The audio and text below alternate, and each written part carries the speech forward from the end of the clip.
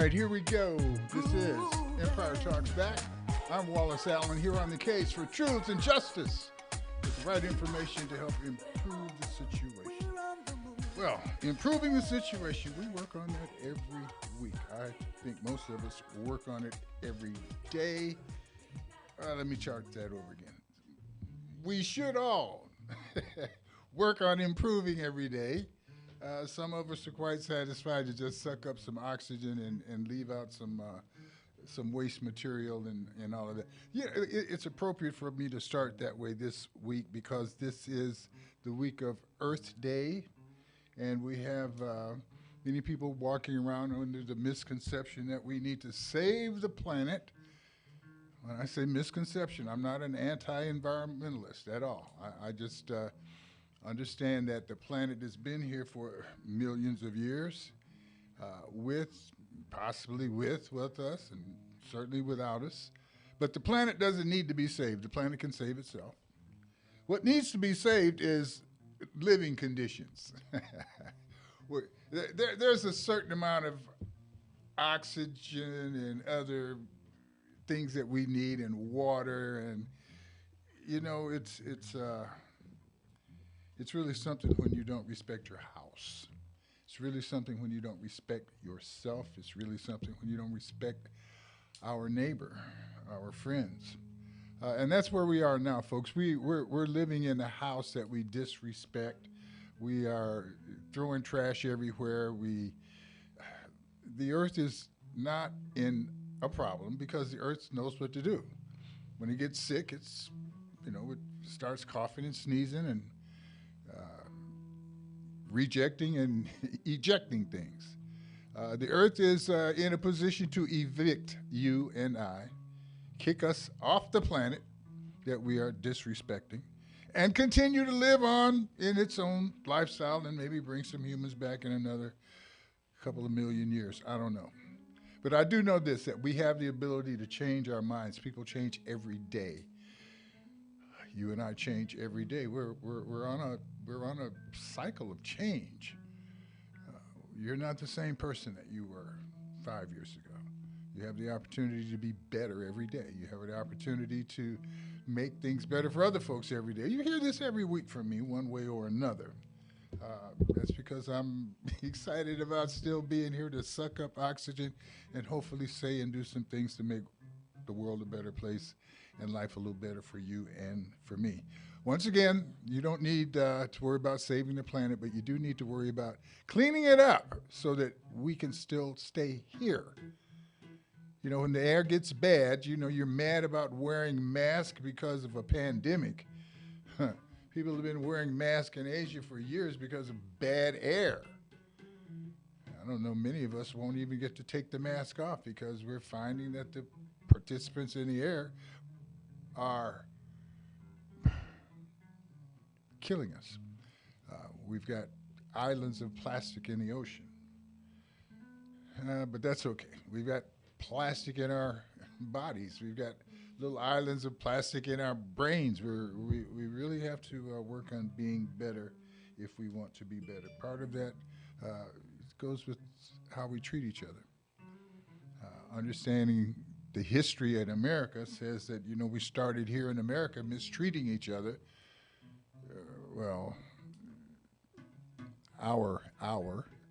Those of us who are descendants of slaves, that's an important term to use now because of potential reparations, but descendants of slaves, descendants of the enslaved, because as we read our history, we find that many people who were enslaved certainly did not consider themselves slaves and wanted to make improvements and make changes, and that's what we do.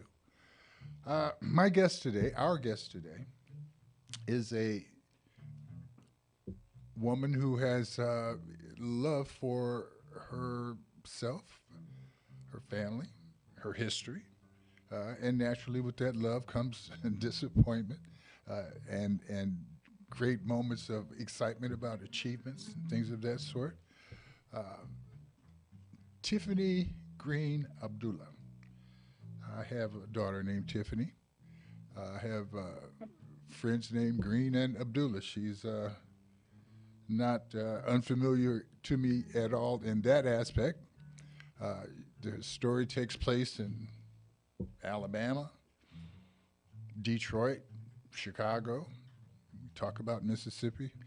We talk about the migration from the south to the north, the reason for the migration. We talk about the first of our family to arrive from Africa. Her name was Anna, Sylvia, in some of the families I know.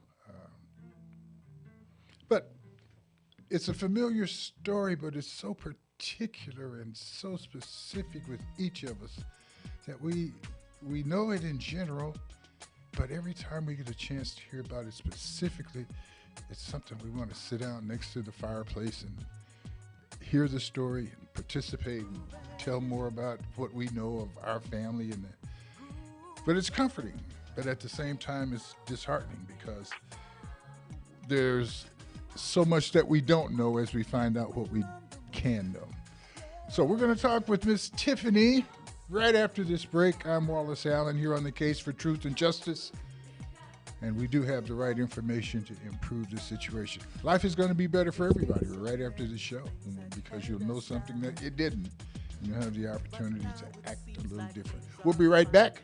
Looking forward to talking to Miss Tiffany. I know we got a long way to go. Where we'll end up, I don't know. But we won't. This is my piece. Share the facts, not the virus. Vaccines don't control us. That's just game to divide us. They help build our immunity for safer communities. Natural remedies and herbs, unproven scientific verbs for fighting COVID-19. Now hear me scream. Vaccines and boosters, effective, science-directed for staying protected. Facts. Find a vaccine near you at myturn.ca.gov. Brought to you by the California Department of Public Health. Many Californians fear that they will not be able to pay their rent next month. Financial education and literacy are the catalyst for relief. So what resources are out there? A State of California program connects you with a HUD-certified housing counselor who can assist you on your financial education journey with no cost to you. Call today at 1-800-569-4287. Again, that is 1-800-569-4287. Publish your legal notice in West Side Story newspaper. For the best service and the best rates, call 909-384-8131. Publishing legal notices in the city and county of San Bernardino since 1990. West Side Story provides friendly expert service. Call 909-384-8131 to benefit from budget-friendly rates. Whether a fictitious business name, a name change, a divorce summons, or any other legal or public notice, call West Side Story newspaper 909-384-8131. 909-384-8131. That's 909-384-8131.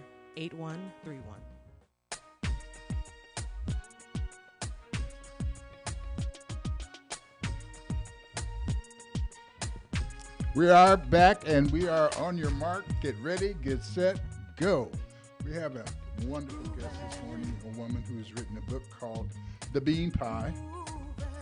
Actually, there's got a little bit more tag to the name, and we'll let her explain that as she comes on. Miss Tiffany, how are you this morning?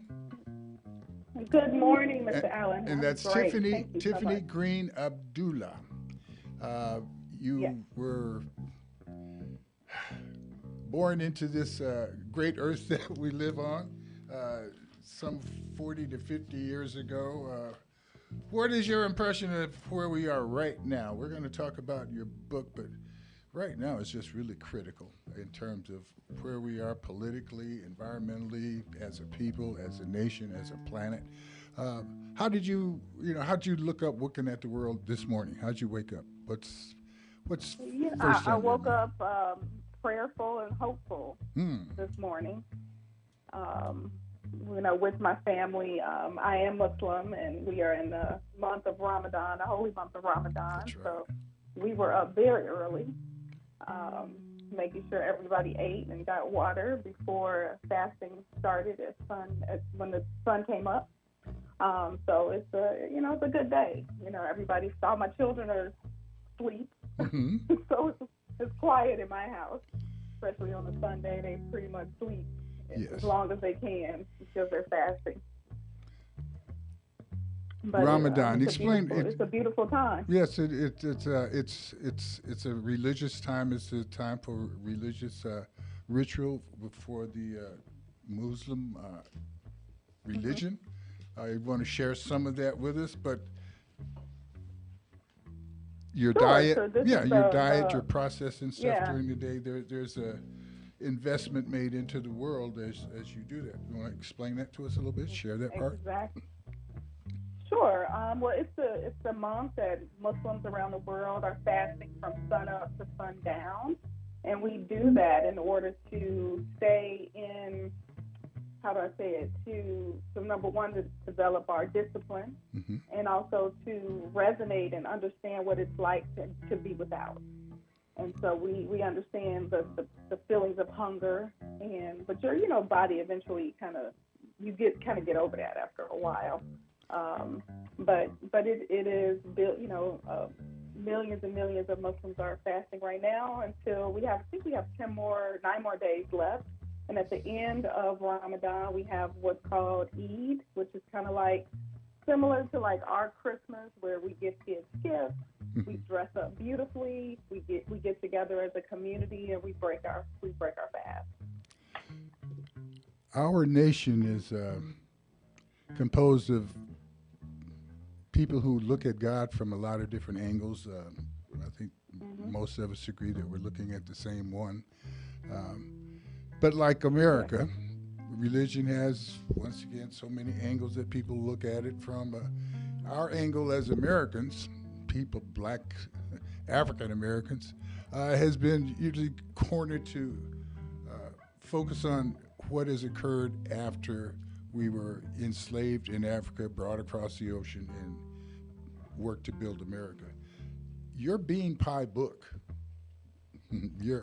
your book about bean pie, your book titled Bean Pie, for the knucklehead like me, the first time I saw the title, I'm looking for, we're going to sit down and figure out how to make bean pies and eat them.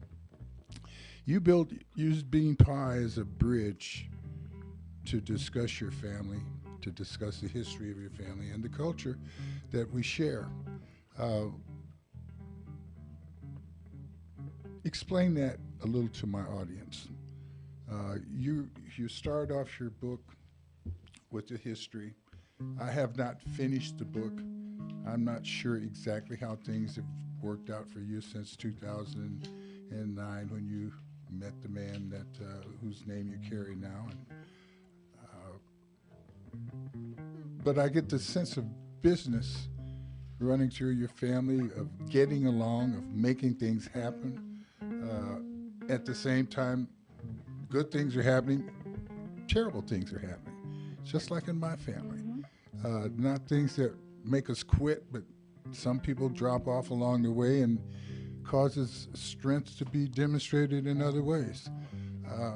Your family was directly involved in creating the bean pie. I don't know if everybody understands that like I do. I was raised in Joliet, Illinois.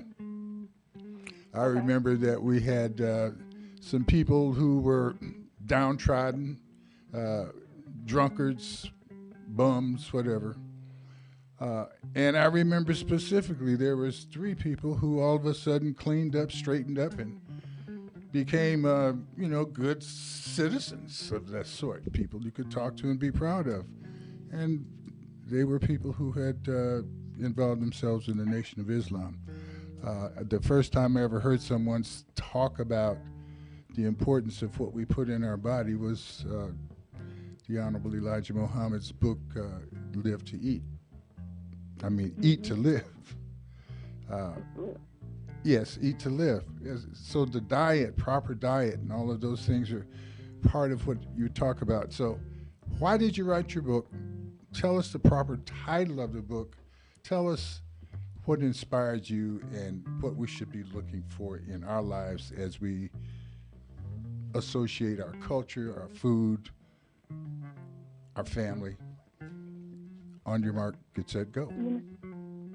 Oh, okay, great. Well, so the title of the book is The Bean Pie, a remembering of our family's faith, fortitude, and forgiveness. And what I mean by a remembering is really more than just memory, but it's about remembering, putting back together the body, right? So at the beginning of the book, I talk about Sankofa, the Sankofa bird, and that reminds us to reach back and gather the best of the past, gather the best of what the past can teach us so we can achieve our full potential as we move forward. And that's really what the book was about for me. Because all my life I had heard about my great-great-aunt Daisy who created the bean pie. And when I converted to Islam in 2009, I became more curious about the bean pie. I started making them myself. So I sell my book as well as I sell the bean pies. And in that sort of remembering of Aunt Daisy, I wanted to go deeper. I wanted to go into, how she did it, when she did it, why she did it. And so that took years of, research and putting things together, not just around her, but around the history of the nation and what was happening at that time period. So this book is really a culmination, a multi-generational memoir of 4 women, myself, my mother, my second great aunt Daisy, and my grandmother. And the book expanded beyond just Aunt Daisy, really due to conversations that me and my mother started to have at the top of 2020. So as COVID was kicking off, like my mom came to visit me from Nashville, and then COVID, came and we all shut down and got locked into our homes essentially. And so she and I started having all these phone conversations and Google Hangout conversations. And I got curious about her childhood because my son, who's now 11, was asking me a lot of questions about my childhood. And I realized that I didn't really know a lot about my mother. I knew her, of course, but I didn't know the details of her childhood. And so when I started to ask her those questions, it brought up a lot of pain for her, a lot of pain. And the pain was really regarding her relationship with her mother, my grandmother. And just, you read some of the book and you'll read more about some of the things that I've gone through, is that I knew and I've learned through therapy that hurt people. So I really wanted my mother to figure out a way to understand her mother better. Because I'm like, your mom didn't just not love you. She may have not been capable of loving you because of things she had gone through. So I became more curious about my grandmother, started looking into her story, understanding that, her mother died when she was 3. She was raised by my Aunt Daisy, and she was a bereaved child. We're going to have to take a short break. When we come back, we're going to continue to, discuss the building of family through heartbreak, through determination, through discipline, and through love. That's really what has carried us through. This is Empire Talks Back. I'm Wallace Allen. We are discussing the life story of Tiffany Green Abdullah. She has written a book, A Bridge, from Africa to where we are today, all on the back of the bean pie. We'll talk more about that right after this break. If you've ever been held down before, I know you refuse to be held down anymore. Anyone can get long COVID, even Isaiah, age 26. I got COVID in October 2020, and 3 weeks later, I started having long-term problems. I used to be able to dance all day, but now just getting up gives me chest pain. I can't comprehend words at times. It's honestly been an even scary journey. Getting vaccinated against COVID-19 is the best way to prevent long COVID. Visit myturn.ca.gov to find a vaccine or booster near you. There is a lot of information out there about COVID-19 in kids, so it's important to share the facts, not the virus. While COVID-19 vaccines are new, the science behind them is based on decades of research. Clinical studies have confirmed they are safe and effective at protecting kids and the whole family. Share the facts, not the virus. Talk to your child's doctor or visit myturn.ca.gov to find a vaccine near you. Brought to you by the California Department of Public Health. Publish your legal notice in West Side Story newspaper. For the best service and the best rates, call 909-384-8131. Publishing legal notices in the city and county of San Bernardino since 1990. West Side Story provides friendly expert service. Call 909-384-8131 to benefit from budget-friendly rates. Whether a fictitious business name, a name change, a divorce summons, or any other legal or public notice, call West Side Story newspaper 909-384-8131. 909-384-8131. That's 909-384-8131.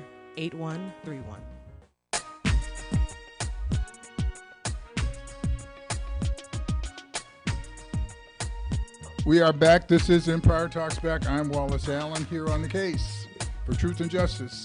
And part of the truth has to be some justice.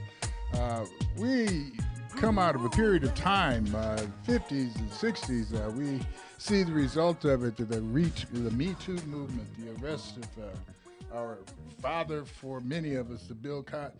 Sexism. We talk about racism, but sexism. Boy, how women have been treated in America, period. From day one, is totally crazy, and for women of color, it's been even crazier. So as we look at how crazy it's been, we have to look at how remarkable some of our women have been. Matter of fact, we could not count progress at all if it were not for black women, not just for black folk, but for the world in general. Miss Tiffany, you had Aunt Daisy. Your Aunt Daisy was raised in Alabama, sharecropping, and back in those days when people left the South going north, the term usually was escaped. Tell us about your Aunt Daisy and how she became a very influential entrepreneur and stabilizer in the city of Detroit, Michigan. Sure. Well, she took those skills that she learned from her mother and from her grandmother, my fourth grandmother, Carrie, and she took those skills of cooking, of being a seamstress, and she took those skills with her to Detroit, and she started cooking. In that time period of segregation, it wasn't like you could just go to any restaurant and sit down and eat. You know, we had to have specific people who were cooking for our community, and she was one of those people. And she started, cooking kind of out of their apartment in Detroit, and then she got a little space that she lived in and cooked out of, and started making money that way. And it was in that eatery that she met Wallace Muhammad, who was just a visitor to Detroit himself, there to attend some religious conferences. And he would always come to her place and eat her food. And it was there that she began to learn about Islam. And he brought Elijah Muhammad with him after he actually met. He met Elijah Muhammad through his wife, actually, Clara Muhammad. She was the first person between the two of them, the Honorable Elijah Muhammad, to join the Nation of Islam. It was actually Clara Muhammad first, and then she brought her husband in, who was having some difficulties at that time with alcohol and such. But they met my Aunt Daisy, and she was quite the entrepreneur. Met a lot of top people from Detroit in her eatery. And it was there that she basically started taking a recipe that she was already making with beans. When she got exposed to the navy beans through the Nation of Islam, she took the construct of the sweet potato pie that many people are familiar with, and she replaced the potatoes with the beans. That became the bean pie. Let me interrupt a little bit, and because you do what most of us do. You highlighted the Black History points, then skips along, and it sounds like a normal story of a person who just decided to make things better, and she was successful at it. But we have to understand how bad things were. she did not just go to Detroit. She dreamed about going to Detroit. She had years of disappointment because her best friend or sister had gone to Detroit. And when she did get to make it to Detroit, her attitude she was a very, I guess, submissive on the outside, but on the inside, not submissive at all. She was submissive enough to take that job for $9, almost $10 a week, but she was smart enough to figure out that everybody was, not only did she have a back-breaking job that was not conducive to her health and certainly not to her self-esteem, but she was able to see that people were bringing lunch to work and they weren't good lunches. And she, I think from what I read there, within 2 weeks of deciding to cook and bring lunches to work, that she was making more money bringing lunches there in the first week, and in the second week, she was making the kind of money that they normally would make in a month. And so it wasn't hard for her to decide to do it, but getting it done was not easy. And part of what you're talking about, or as you dedicate yourself in this book, was to point out the importance of women in holding together this world. I guess, like James Brown said, it's a man's world, but it wouldn't be nothing without a woman or a girl. He said that, but we don't really act like that. So I really appreciate your book. You have me reading a love story. You know, I'm a tough guy. You know, I look for these adventure stories where they're throwing people out of the window and all that stuff.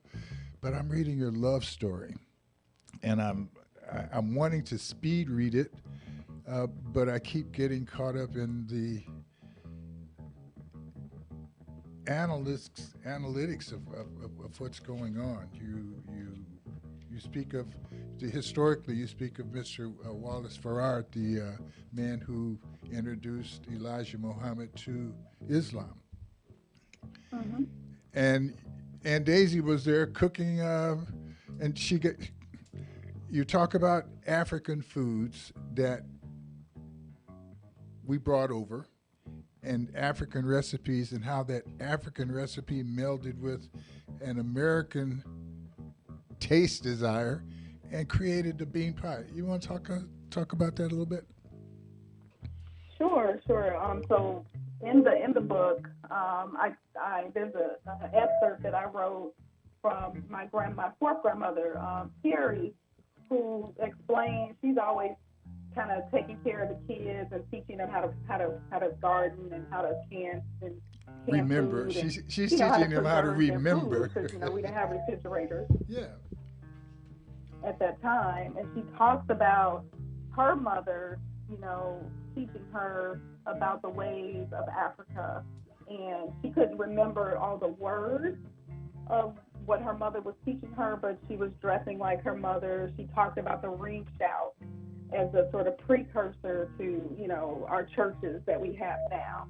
And she was making a dish very similar to what's known as like moi moi, which is a Nigerian themed dish that's more of a savory dish. And Aunt Daisy started to really morph that dish into more of a sweet American palate, and then eventually morphed that into the bean pie.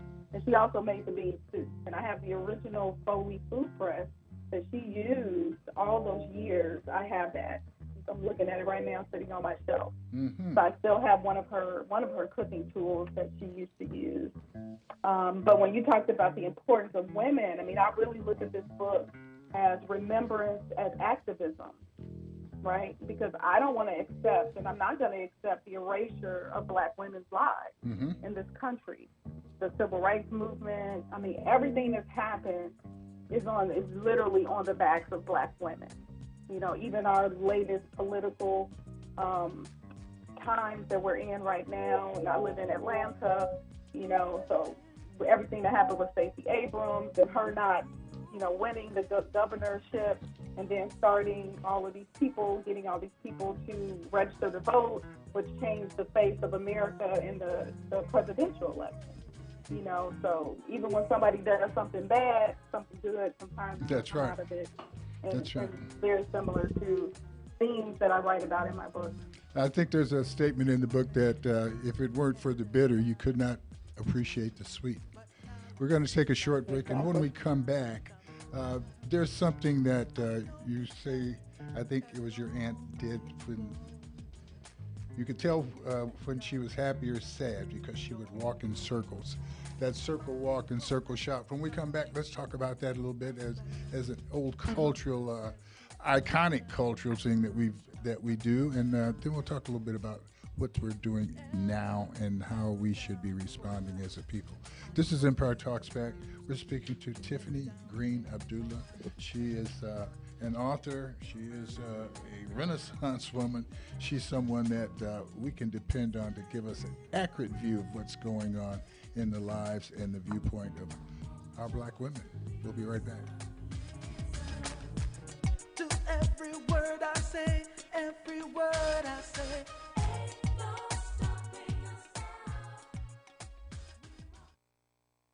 Many Californians fear that they will not be able to pay their rent next month.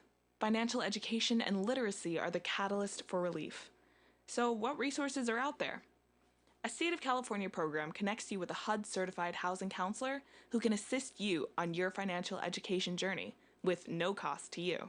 Call today at 1-800-569-4287.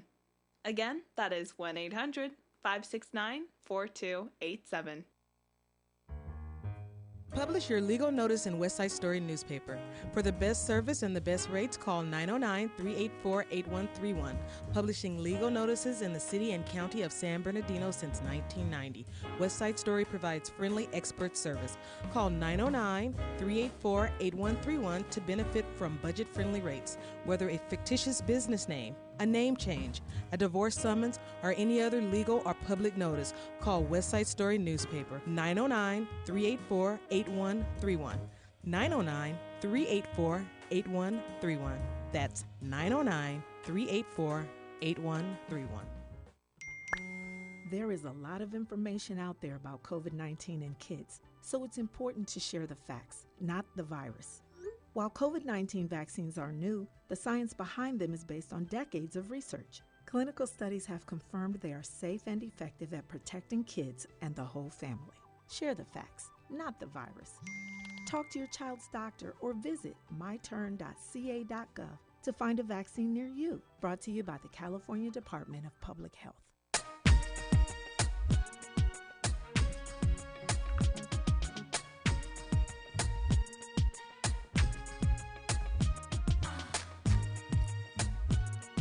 We're back. This is Empire Talks Back. I'm Wallace Allen.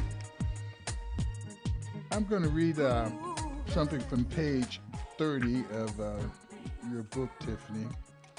I remember how when my mama was happy or sad or just needed to figure something out, she would walk in a circle and sing and stomp her feet in a rhythm.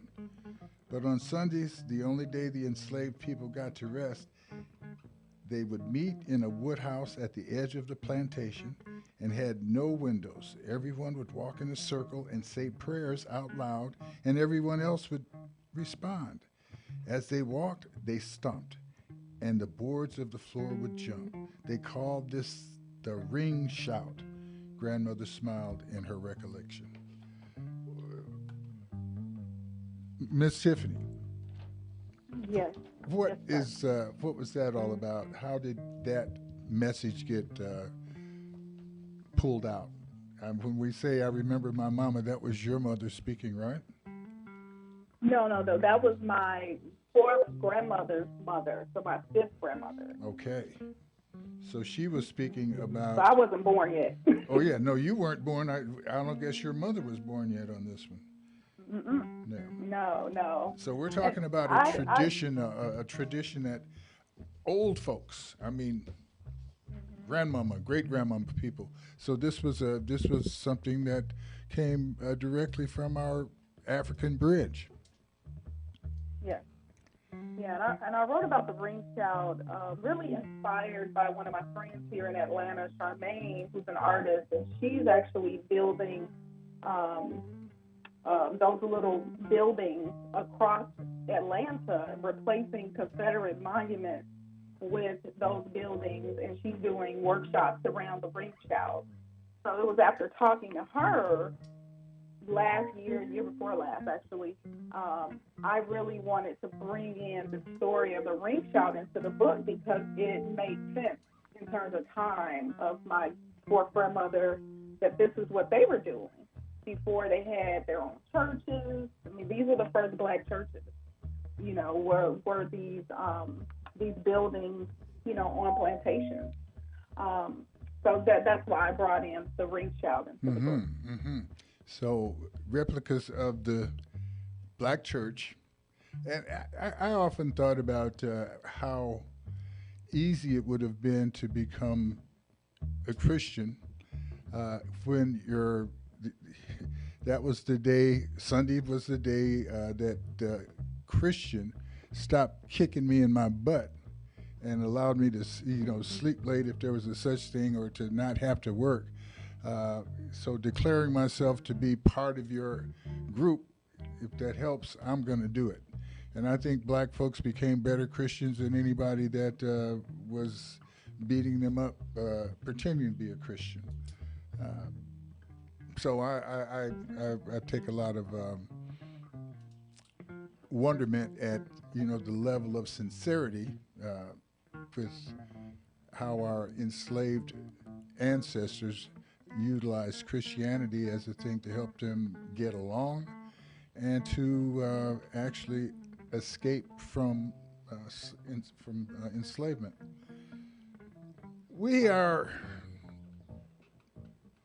still enslaved to a certain extent, and when I say we, there's some, you don't have to be black to be enslaved to the concept of consumerism, of disrespect for the planet, for disrespect for other people. I think you have to be kind of special in this atmosphere to maintain respect for self, others, the planet, and the potential future. You've got a 9-year-old. He's 11 now. Oh, if he were around, he'd certainly say that. No, I'm 11, because they definitely want every inch of their or every moment of their time counted. And I have grandchildren, so I'm concerned about the future. One of the things that I've realized as I've gotten older is why older people seem to be so skeptical about things sometimes, because the older you get, the more you realize the lies that have been told while you were getting there. We as family members have been told stories that were not true, but were accommodating to make life easier. You sense and see some of those things in your book. Who is Cousin Bill, not in your book, but in somebody's book. Cousin Bill is actually your brother. Aunt Margaret is actually your mother. We have those truths that aren't exhibited or detailed, but there's a glue that tends to cover those things up, and it's love, and it's love in the middle of the pain that we got family members that as a result of cheating husbands. You sense and deal with all of that in your book to some degree. How does it really make you personally feel as you drag up a truth that isn't that pleasant, but once you know the truth, does it make it easier? It's a hard truth to deal with, and what Mr. Allen's talking about is who is my actual grandfather.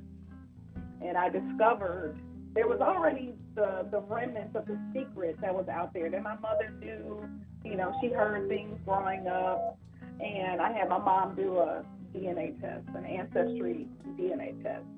And we found out that the man she thought was her father was not. There was this whole other family that I really haven't even, I've talked to them just a few times, but it's been challenging. It's been difficult because my mother was glad to know.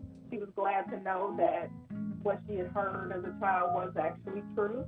But that's just part of that generation. There was a lot of people in that, in that time period in 30s, 40s, 50s, kind of post-slavery, that they had to keep so many things bottled up in order to move on, which is that fortitude that I talk about. I say that throughout the generation. I bring out and point out that we come from a very sexist atmosphere. And one of the things that proves that is, in your case, your grandfather had a second family. But there was no, you guys didn't stand on one side of the street and start shooting at each other. You became close. Now that's special. That's very special. It acknowledges what we know, but for that we pretend we didn't know.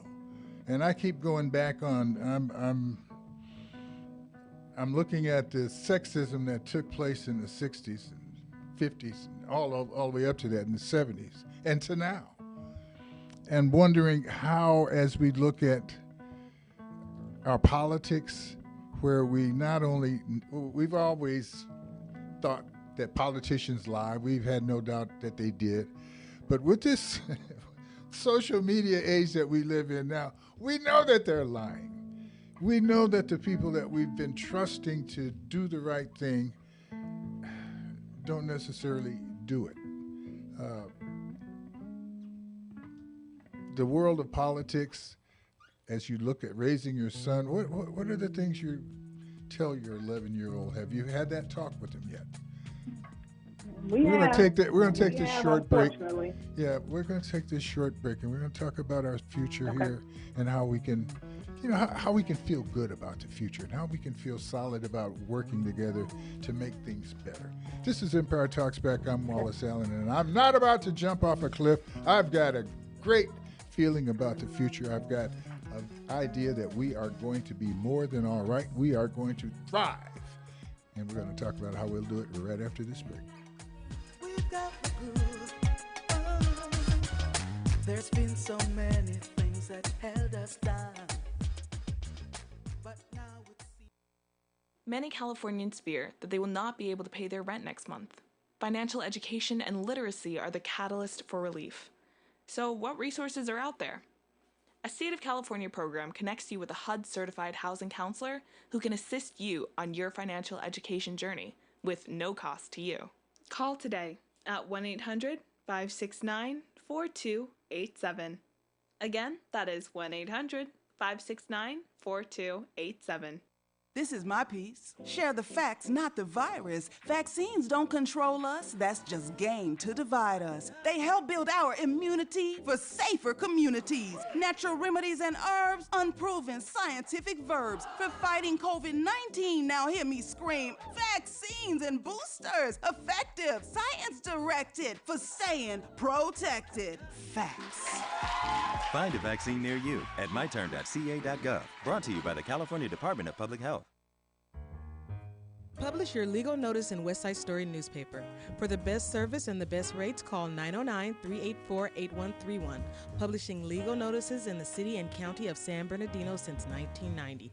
West Side Story provides friendly expert service. Call 909-384-8131 to benefit from budget-friendly rates. Whether a fictitious business name, a name change, a divorce summons, or any other legal or public notice, call West Side Story newspaper 909-384-8131. 909-384-8131. That's 909-384-8131.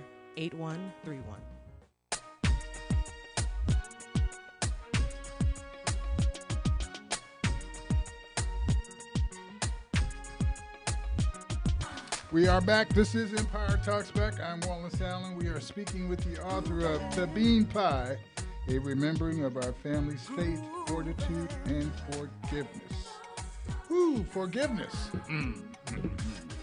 That's a really important thing to do, isn't it? To be able to forgive. Who benefits when you forgive? I think the person that does the forgiving, because they're able to throw that stuff away. Miss Tiffany. Have you forgiven anybody lately? I have. I've forgiven people who've hurt me. I've had to forgive them so that I can be at peace with possibly not having them in my life anymore. So, sometimes you have to forgive and move on. Is it possible to move on without forgiving? It is possible, but it could be detrimental to your sort of emotional health if you don't forgive. Because no matter what, and one thing I learned from this book is that hurt people hurt people. So if somebody's hurting, you have to forgive them for whatever it is they're going through and how they are, trying to put that hurt onto you. So you just have to forgive them, and they can't respect who you are and what you want and your boundaries, then you move on. Over time we learn those things, but as we look at our children who are not, they haven't learned that yet. So how do you tell your son about his future? How do you tell him to choose his friends, for instance? I remember my mother always made me feel that it was really good to bring all my friends home, no matter who they were. Bring them by the house, let's feed them, so we could get to know everybody. I didn't know what all of that was about. I just thought Mom was super friendly, and all my friends still do. But how do you help your son decide how to pick his friends? He's 11 years old. Yeah, well, we've raised him to be a young man of integrity, of faith, and high moral character. And we talk about a lot of things, but he's playing sports, and sometimes, he's on a team where he's the only African American person, and he has a lot of different situations that he's in where we have to sort of unpack what's happening to him and what he's feeling when he's, in those situations. So, he uses his character, and we just kind of listen and see how he's, going to handle it, first. And then he's been doing good. He's been handling things pretty well. And we let him vent because we're like, this is going to be a theme in your life, son. You're going to be dealing with lots of different people who are not going to understand you or know you, or they're not going to be helpful to you, not all the time. So this is how you deal with it. And he's doing good. He definitely has been raised to live a faith-filled life, and he's watched me and helped. He was very helpful in this book. He helped me get all the pictures together, and he's quite the little tech genius. So that's how we're teaching him. Has he, at this point, brought home anything that reflects of injustice or racism in his atmosphere? Oh, yes, that's what I'm talking about. Even that sports team, he's dealing with that a little bit. Not feeling like, they're not passing the ball to me, and, but it's getting better. We don't let him quit because it's hard. He keeps going back, and they're slowly getting to know him and trusting him a little bit more. But yeah, he's dealt with injustice, and he's going to deal with more of it. And he's seen everything that happened with George Floyd, and we've talked about it, and we've taken him to protest, and we have to raise him with his eyes wide open. One of the things that my father was a brick mason, a bricklayer, and he was a contractor, and he never went to the union to stand around and see about getting jobs. He went out and, his statement to me was, if you want a good job, make your job be creating jobs. I didn't know what he meant exactly, except that I watched him, and he was always hiring other young men who would come up from Mississippi to go to work and give them a shot at it. And so to be the boss, I guess, is the best way to have a good boss. But when you're that boss, you're also working for other people throughout. What do you tell your son about his future, his income potential, his economic stand? What is his push? What do you? Well, his push is seeing, his father and I build our architecture firm and our construction company, and we have an architecture and design build firm, architects, and so he works in that with us, and we're homeschooled. We've been homeschooling him the last 2 years during this COVID time. So he's at the office usually most days with us doing his schoolwork, at a desk while we're working. Is he interested in drawing? Is he interested in? Yes. All right, that's excellent. Oh yeah. He draws, and my husband teaches him drafting. We have a pinky swear with all 3 of the children that they're all going to go to architecture school and at least work for the family firm for at least 1 year. I hope a lot longer than that. And we teach the 3 of them that, if you want to go do something different, you're really starting at zero. And we're already 200 years behind. What is your, we have time to talk about one of your projects. You're working, we've only got a minute left, so I want to talk to you again in the future. I want to know more about how your architecture business is going, why you're in that. I think people need to know the power of the architect. I think as the architect, you're able to not only draw the rendering, but you're able to determine the value of the property you draw. Is that correct? Yeah. I mean, the architects are key to building communities and building better communities. You are and my husband is a great one. Yes. But so people can find my book on Amazon, Barnes & Noble. Just search The Bean Pie or search my name. That's my first and the only book I have out right now. Well, it's a great book. I'm gonna finish it. Once again, tell people how you can get the book. It's on Amazon. Mm-hmm. We'll talk about your book, and we'll sell your book in the future shows. I'll talk to you about sending me a little spot, and we can do that for you. I appreciate you talking about life in general. I appreciate that you are making the world a better place as you teach your son his responsibilities. I appreciate that you are in business at the beginning of the construction world where you really are controlling things, and we want to help you with that aspect of it. And once again, thank you for your inspiration. I haven't felt this way about reading a book in years. Mainly my eyes don't let me do it. But thank you so much. I'm kind of, it's the whole sweet and sour part of it, because as I finish a section, and then I start another section, I realize that, wow, I'm not through. I'm not anywhere near through, and I believe that at the end of the book, I will not be finished, but I'll be inspired, and I'll appreciate that part of it too. So once again, thank you. Thank you so much.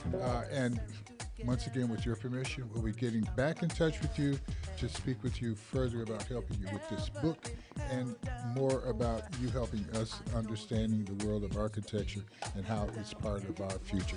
God bless you. Thank you very much. This is Empire Talks Back. Thank you so much. See you next week under 2 circumstances, if the good Lord's willing and the creek don't rise.